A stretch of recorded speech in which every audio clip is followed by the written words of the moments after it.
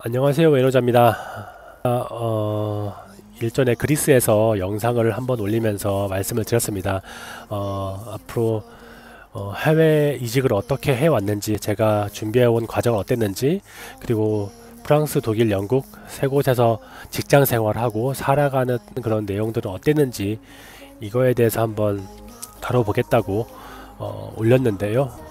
이게 첫 번째 영상입니다. 어떻게 보면. 그래서 지금부터 시작하겠습니다. 외노자TV 해외 이직 시리즈, 지금 첫 번째 영상 시작합니다.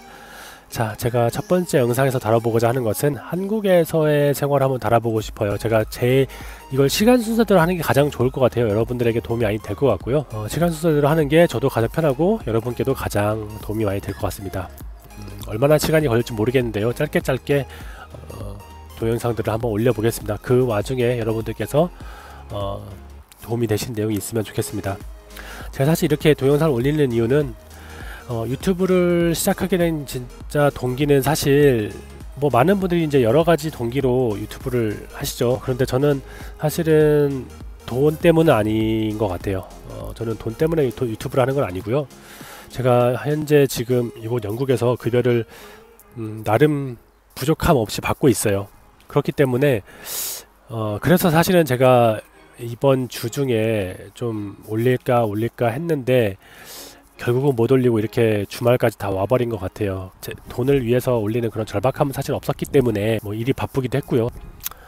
제 일 자체를 집중을 먼저 해야 되는 것이기 때문에 어쨌든 그래서 저는 이렇게 유튜브로 올리는 이유는 사실 많은 분들에게 좀 도움이 될 수 있는 부분이 혹시라도 있으면 좋겠다 싶어서 그렇습니다.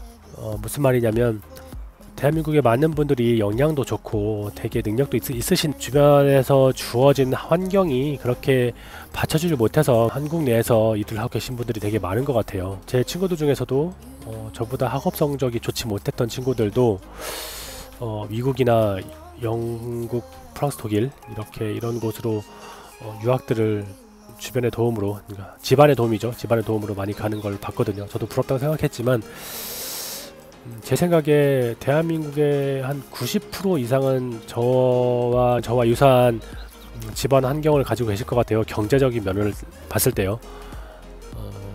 그래서 그런 분들은 대부분 외동아들이나 외동딸이면 모르겠지만 자녀가 둘 이상 있는 4인 가족 이상은 유학을 미국이나 뭐 이런 영국으로 특히 가기는 어렵지 않겠나. 어쨌든 유학을 쉽게 그렇게 결정할 수 있는 과정 환경이 되시는 분들은 많지 않으니까요.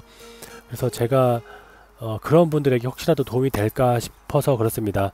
저도 제가 해외에서 좀 더 넓은 세상에서 경제활동을 하고 싶다라는 생각을 많이 했는데 오랜 시간 했죠. 뭐 고등학교 때, 대학교 때부터도 끊임없이 했지만 실질적으로 거의 어려웠고요. 그러다 보니까 그냥 한국에서 직장생활을 시작했었는데 결국에는 뭐 남들 다 겪는 뭐 꼰대, 사내 정치, 뭐 진절머리가 나죠. 그런 걸 다 겪고 나왔는데 저는 유학을 하지 않았어요. 한 번에 바로 직장을 잡아서 나왔는데 나이도 좀 먹은 상태에서 어떻게 그렇게 해외에 직장을 이직을 할 수 있었는지 그런 것들에서 앞으로 다뤄볼 예정입니다. 그런데 오늘 제가 다뤄보고자 하는 것은 동기를 한번 말씀드려보고 싶어요.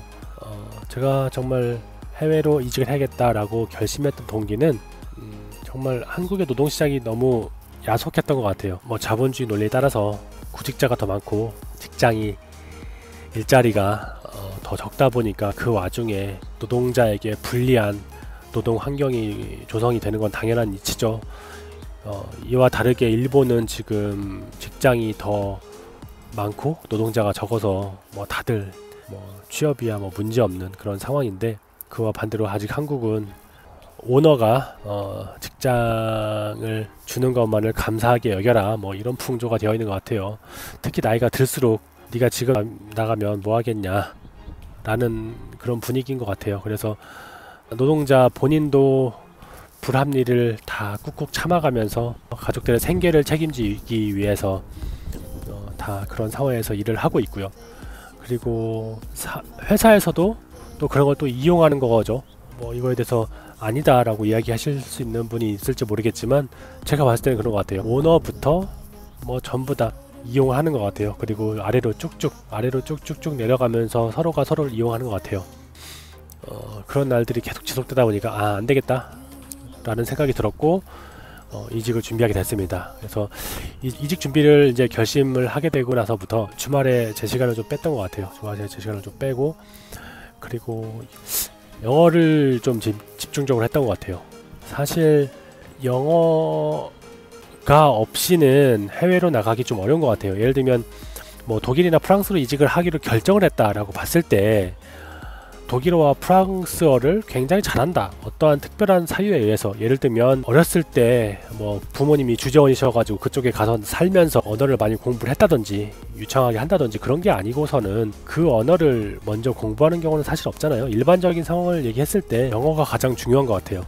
독일이나 프랑스에서도, 프랑스는 좀 더 어렵고 독일이 좀 더 쉬운 것 같긴 한데, 독일어나 프랑스어를 하지 못해도 영어를 굉장히 잘하고, 그리고 특히 공과 계열이라고 한다면 취업의 문이 좀 더 열려 있습니다. 특히 그 현재 글로벌 기업들 서로 어차피 영어로 대화를 하기 때문에, 특히 공과 계열이라고 한다면 더더욱 그렇고요. 그래서 영어를 유창하게 할 수 있다고 한다면 취업은 우선은 1차적인 관문은 거기에 있다고 보여지고요. 그래서 영어를 좀 더 공부하기 시작했고, 그리고 저는 사실 말하기 연습을 되게 많이 했던 것 같아요.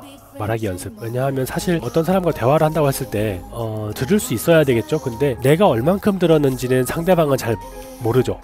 그런데 내가 얼만큼 유창하게 이야기하는지는 상대방은 알 수 있어요. 그래서 말하기 연습에 좀 더 집중했던 것 같습니다. 그렇게 계속 좀 주말에 시간을 빼고 해서 연습을 많이 했고요. 저는 제가 지금까지 영어 공부를 하면서 단 한 번도 뭔가 유행하는 그런 영어 뭐 공부법 이런 걸 따라 본 적이 없던 것 같아요. 지금까지 토익 시험 한 번 봤습니다. 한 번 봤고요. 아주 초창기 때. 그리고 토익 학원을 한 번도 가본 적이 없어요. 영어 학원을 한 번도 가본 적이 없고, 그냥 책 몇 권, 문제집은 많이 샀죠. 근데 이제 기본서라고 해야 되나요? 그 기본서를 한 권은 주웠고요. 이제 누가 원룸 밖에 누가 버려놨길래 연필로 쓴 거 지우개를 지워가지고 공부를 했고요. 그리고 기본서 또 다른 한 권은 샀어요. 그래서 그 책들로 기본서를 가지고 열심히 봤던 것 같아요. 그리고 학원은 다니지 않았고 온라인 강의 봤던 것 같아요. 근데 그것도 이제 그 공짜 샘플 강의 있죠. 뭐 그런 거 위주로 많이 봤고요. 딱히 이렇게 몇십만 원 하는 그런 걸 뭐 들어본 적은 없고요. 나머지는 책만 열심히 봤던 것 같아요. 책만 열심히 보고, 그리고 문제집은 사서 많이 풀었어요. 문제집은 사서 많이 풀고, 그리고 듣기는 미드도 많이 보긴 했지만 뭐 남들이 한다는 뭐 처음엔 자막으로 보고 그 다음에는 자막 없이 보고 뭐 이런 방법들이 뭐 있는 걸로 보이더라고요. 유튜브에 뭐 그런 거 소개하시는 분이 많이 있던데, 저는 그렇게 하지 않았어요. 그렇게 하지 않았고 미드는 사실 미드대로 봤습니다. 그냥 익숙해지는 게 좋다고 저는 생각을 했고, 그리고 자막이 없어지는 순간 더 이상 미드는 재밌지가 않았어요. 흐름은 따라가긴 하지만 들리지 않는 순간 재미있는 뭔가 영상이 보이는데 저 내용을 제가 파악하지 못하게 되는 그런 순간순간마다 계속 답답했어요. 그래서 더 보기가 싫어졌어요. 공부를 하려면 아예 듣기 공부를 하고, 미드를 본다면 재미로 보고 플러스로 뭔가 그런 오가는 것들에 대해서 그 미드 내용 중에서 영어에 익숙해지는 그런 베네핏이 있다고 한다면 그것은 플러스라고 생각을 했어요. 그래서 저는 그렇게 했고요. 영어 뉴스는 물론 쭉 보다 보면은 멍 때리게 되고 뭐 그렇죠. 그런데 그래도 꾸준히 계속 묵묵하게 봤습니다.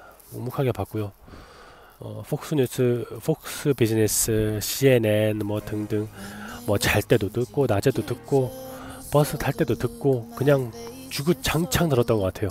그리고 말하기도 많이 했고요. 말하기는 모르겠어요. 뭐 섀도우 스피킹인가 뭐 유튜브 보니까 뭐 그런 게 영상이 뜨던데, 어떤 뭐 영어 의사 뭐 하면서 저는 섀도우 스피킹을 하지 않았습니다. 뭐 이렇게 이제 이런 뭐 썸네일만 봤는데 저도 섀도우 스피킹이 사실 뭔지는 몰라요. 근데 그런 방식으로 뭐 했는지는 모르겠어요.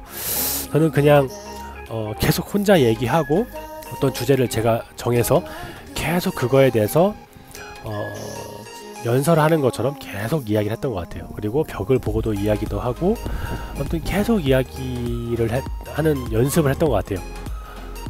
그렇게 해서 이제 영어에 대해서는 사실 그렇게 했던 것 같아요. 어떻게 보면 듣기 자체나 말하기는 한국인이 참 잘하는 것 같아요. 어떻게 공부하는지 다 알기 때문에 좀 잘하는 것 같고요.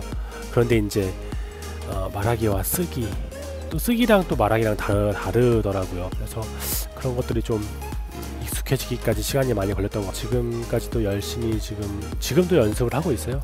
근데 지금은 이제 늘상 하루에도 몇 시간씩 영어로 이야기를 하고 해야 되다 보니까 뭐 저절로 영어 연습이 되는 거긴 한데, 근데 지금까지도 그렇게 해오고 있고, 그래서 한국에서 저는 그렇게 영어에 대한 연습을 했었던 것 같습니다.